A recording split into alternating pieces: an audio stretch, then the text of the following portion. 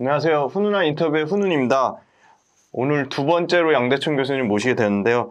지난번에 못다한 재무제표 얘기가 철저하게 준이 관점에서 실전 사례들을 재무제표를 통해 분석해보고 또 주식 실전 투자에 도움될 만한 내용을 양대천 교수님과 배재한 대표님 통해서 듣도록 하겠습니다. 교수님 안녕하세요. 안녕하십니까. 예, 오늘은 주린이들께서 재무제표를 아주 쉽게 접근하고 볼 수 있는 방법을 간단히 소개해 드리고 또 그 정도의 우리 주린이가 접근할 수 있는 방법을 가지고 실전 사례를 통해서 살펴보도록 하겠습니다. 일단 저도 뭐 재무제표 옛날에 겁이 나서 책도 보기 싫고 이게 뭐 그렇더라고. 주린이들도 오죽할까 싶습니다. 맞습니다. 네. 사실 주린이들은 재무제표 자체가 말도 생소하지만 그것을 어디서 구해야 하며 그것을 접근한다면 또 뭘 봐야 될지 또 심지어는 실적과 재무제표는 같은 건지 다른 건지 모든 게 어렵게만 느껴지는 상황입니다. 그런데 이제 전문가들께서나 또는 뉴스에서 재무제표에 대해서 언급을 하면 매우 어렵게 느껴지는 거죠. 오늘 좀 쉽게 하여튼 잘 부탁드리겠습니다. 질문 드리겠습니다. 교수님이 생각하는 재무제표의 실전 투자에 얼마나 도움이 된다고 생각하시고 재무제표 주린이 관점에서 철저하게 어떻게 활용하면 좋을지 설명 부탁드리겠습니다. 예, 아주 주린이를 위한 핵심적인 질문을 김수님께서 주셨는데요. 재무제표 하면은 어떤 생각이 드나요, 보통? 재무제표? 무슨 도움이 되겠어? 라는 회의적인 시각을 가진 분들이 많습니다. 그런데 아주 기본으로 돌아가서 생각해 보면은 장사를 잘하는 기업이 결국 주가가 오를 수밖에 없다라는 아주 간명한 우리 원칙을 한번 상기해 볼 필요가 있습니다. 장사를 잘하는 기업의 주가는 오를 수밖에 없다. 그리고 장사를 잘하는지 못하는지는 어디에 나와 있느냐? 재무제표에 나와 있는 사실입니다. 그러니까 사실은 재무제표를 봐야 하는 거죠. 재무제표를 왜 봐야 되느냐에 대한 생각, 이런 질문들이 많지만 사실은 당연한 거죠, 어떻게 보면. 장사를 잘하는지 못하는지를 봐야지 그 기업에 투자를 하고 또 그 기업의 주가가 오르는데 같이 함께 할 수 있는 거죠, 주주로서. 근데 장사가 잘하는지 못하는지 전혀 모르는 상황에서 주식 투자를 한다. 사실은 접근이 어떻게 보면은 적합지 않다. 이렇게 좀 말씀드릴 수 있을 것 같습니다. 자, 그런데 주린이는 사실은 여러 가지 그 주식을 처음 접하기 때문에 알아가야 될 것이 너무 많습니다, 지금. 미처 재무제표까지, 어렵다는 재무제표까지 접근이 너무나 어려운 거죠. 거기엔 관심 내가 가질 시간도 없어. 주식에 대해서도 아는 것도 없는데, 이런 생각들을 많이 가지고 계십니다. 그런데 꼭 강조하고 싶은 부분이, 물론 우리 그 레슨몬 배 대표님이나 여러 또 김수성님께서도 재무제표의 중요성을 꼭 강조를 하시고, 특히 중소형제 같이 이렇게 개미 투자자들이 자칫 현혹될 수 있는 그런 분위기에서 팩트 베이스로 충분히 좋은 종목들을 발굴해 주시는데요. 주식을 처음 접하시는 분이야말로 재무제표를 꼭 봐야 합니다. 왜냐? 주린이들은 일희일비하는 그런 그 시황에 편승해서도 안 되고 주가의 어떤 변동성에 함몰돼서도 안 됩니다. 그저 좋은 실적의 기업을 골라 장기 투자하면은 남부럽지 않은 훌륭한 수익률을 거둘 수 있는 거죠.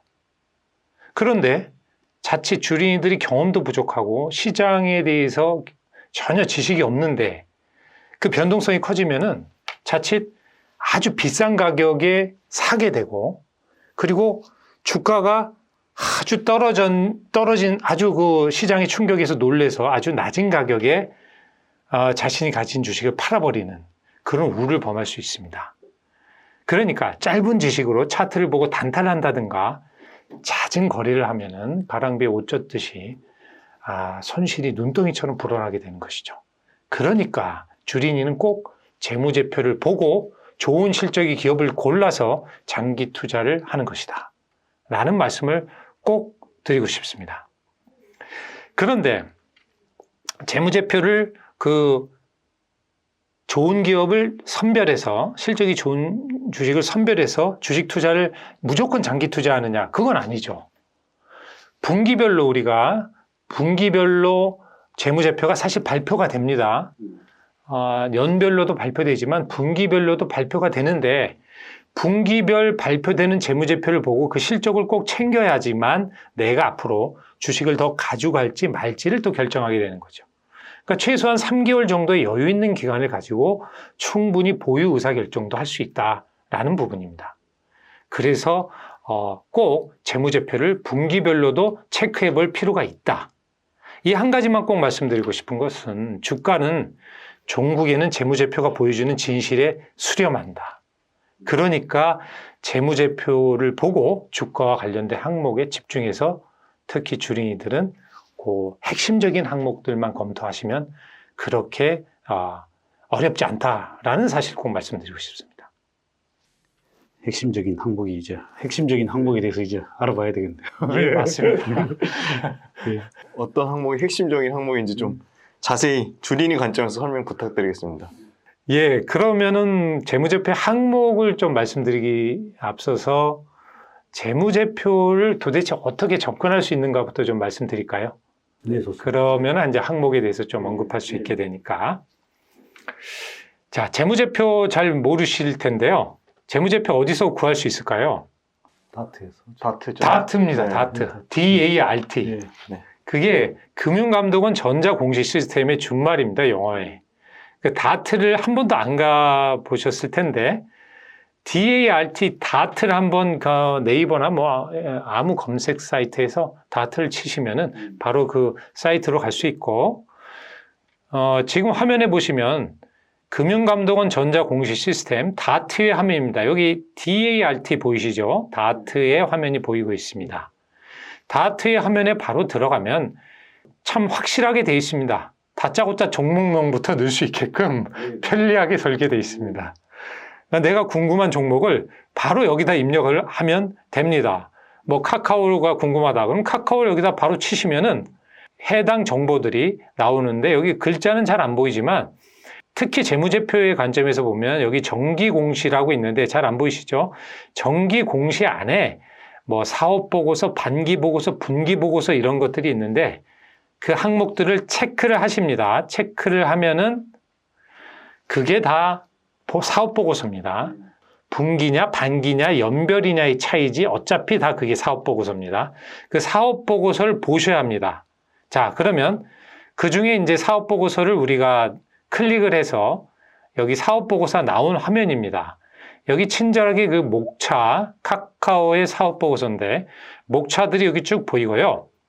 여기 재무제표가 그 중에 사업보고서 안에 재무제표가 여기 재무에 관한 사항 중에 재무제표가 있고요. 재무제표 주석도 있고요. 또 연결 재무제표도 있고 연결 재무제표 주석도 있습니다. 여러분들 연결 재무제표하고 재무제표도 굉장히 어려워하시는 분들 많은데요. 아주 쉽습니다. 연결 재무제표라는 것은 예를 들어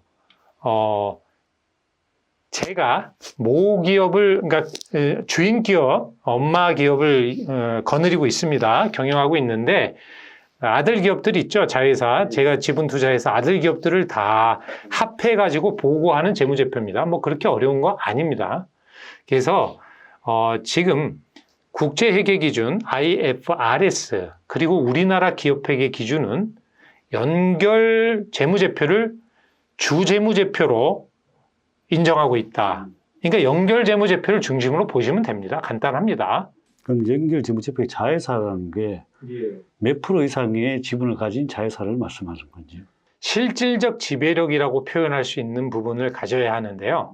뭐 보통 실질적 지배력은 뭐 지분의 한 50% 이상을 가지면 되는데 그 단순 형식적인 요건은 아니고 연결을 할 수 있는 실질적 지배력을 기업회계 기준에 조목조목 열거해 놨습니다. 그래서 거기에 부합되면 여긴 자회사다. 그러니까 모 회사랑 자회사는 합해서 보고해라. 그렇게 얘기가 규정이 돼 있습니다. 그럼 일단은 50% 이상이 일단은 50% 이상으로 이상. 간단하게 그럼 보시면 50% 이상이 지배를 하고 있는 모회사가 그럼 여기에 있는 기업의 재무제표를 100%를 반영하는 겁니까? 50%를 반영하는 겁니까? 아주 중요한 말씀하셨는데요. 이거 주린이 분들이 아직 보고서도 저 다운 못 받았는데 대표님께서 아주 핵심적인 질문을 해주셨는데요.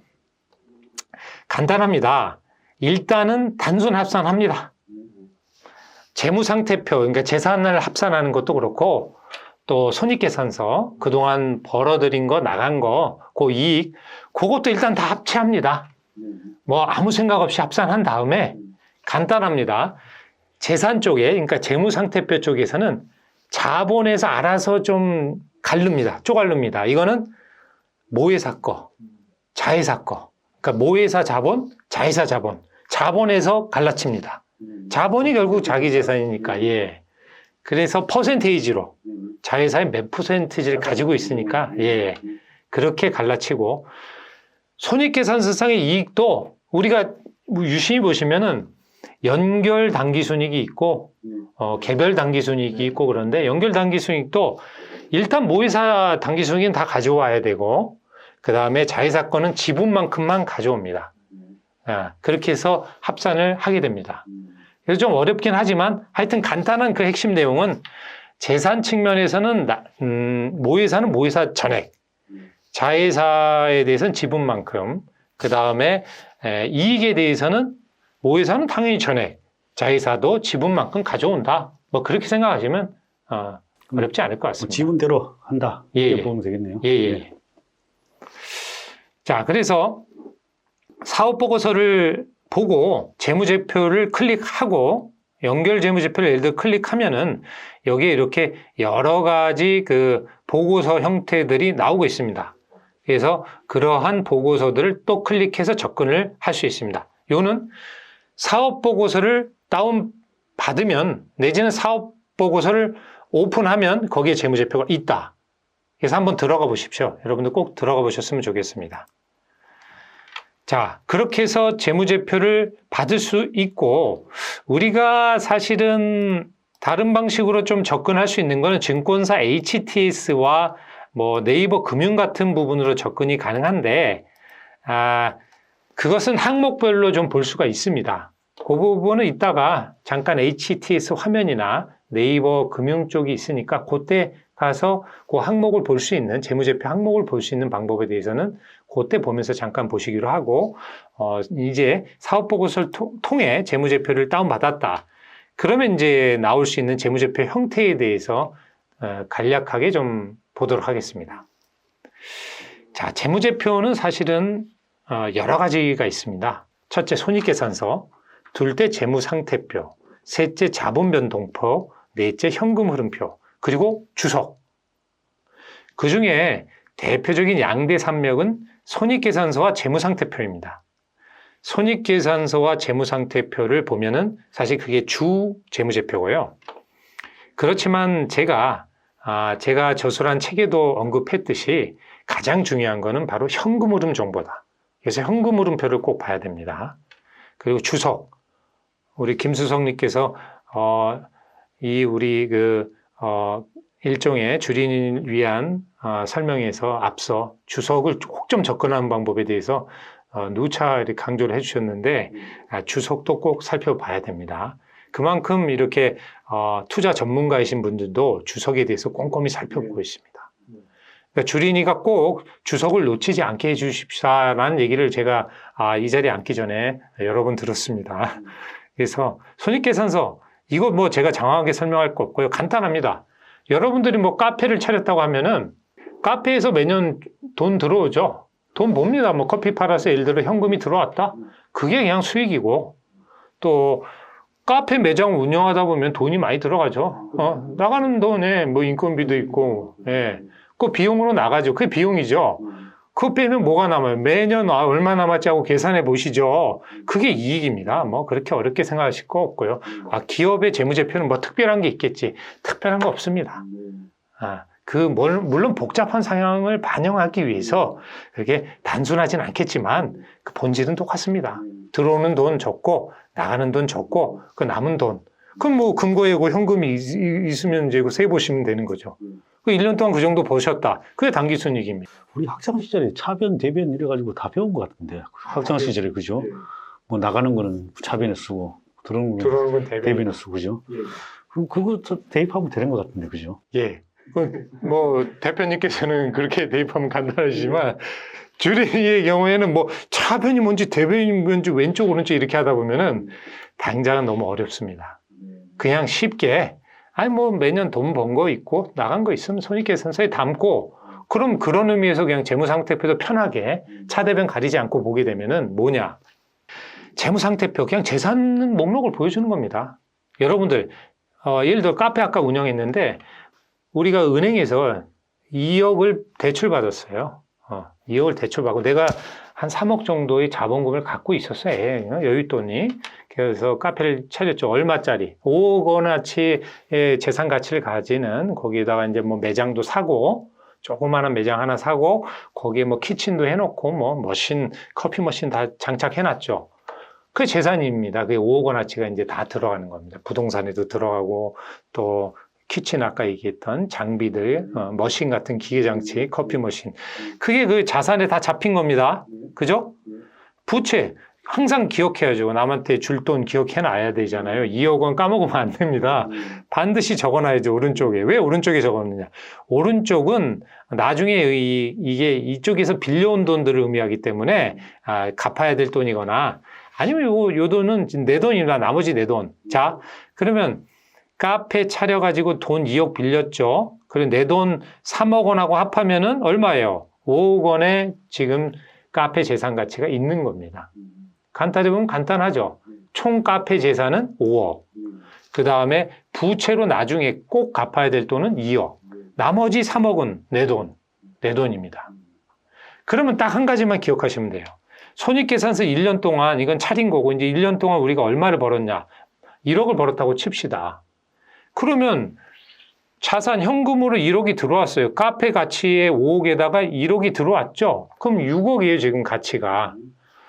부채는 2억이 그대로고 아까 내가 가진 돈이 3억인데 그 돈 들어왔잖아요. 이제 1억. 그러니까 6억이 됐고 줄 돈이 2억이니까 남은 걸로 생각하시면 간단합니다. 그러면 4억은 남아 있는 거죠. 그러니까 지금 재산이 4억으로 불어난 거예요. 아까 3억에서. 그렇게 보시면 됩니다. 그러니까 자산은 그냥 내가 기업이 가지고 있는 총 재산 가치. 그 다음에 갚아야 될 돈은 부채에 기재되고 나머지는 주주라고 하는 소위 주인, 바로 본인에 해당되는 카페 운영에서 그 주인이 가져갈 돈을 명시하게 되는 겁니다. 조금만 관점을 바꿔보면 어렵지 않게요. 재무상태표를 쉽게 보는 방법 한 가지를 꼭 말씀드리겠습니다. 좀 전문가적 시각과 합해서 보게 되면은 아까 배 대표님께서 왼쪽 오른쪽 차변 대변을 말씀하셨는데 그걸 섞어서 얘기하면 대변은 재무상태표의 대변은 돈이 들어온 겁니다. 돈이 들어온 겁니다. 부채라고 하는 것은 채권자한테 돈이 들어온 거고요. 은행 같은 자본은 주주로부터 돈이 들어온 겁니다. 자신을 포함해서 자 돈이 2억 들어왔다, 3억 들어왔다 그런 의미고요. 이쪽 왼편 차변은 뭘 얘기하냐면은 그 돈을 가지고 재산을 산 거예요. 취득한 거예요. 현금이 그대로면 그냥 그대로 두면 되고 나머지 재산을 취득했으면 그 재산들을 취득한 것을 말합니다. 그러니까 자산은 현금을 포함해서 재산을 취득한 목록들을 그대로 가지고 있는 거죠. 그래서 이걸 뭐 복잡하게 차대변 분계 처리를 전혀 하실 필요가 없이도 충분히 이 정도로 보시면 재무상태표의 의미를 알 수가 있습니다. 아주 대표님께서 핵심적인 질문을 해주셔서 요 그림 보시면 아마 지금 설명한 부분인데 굉장히 부담스러워 하실 부분입니다.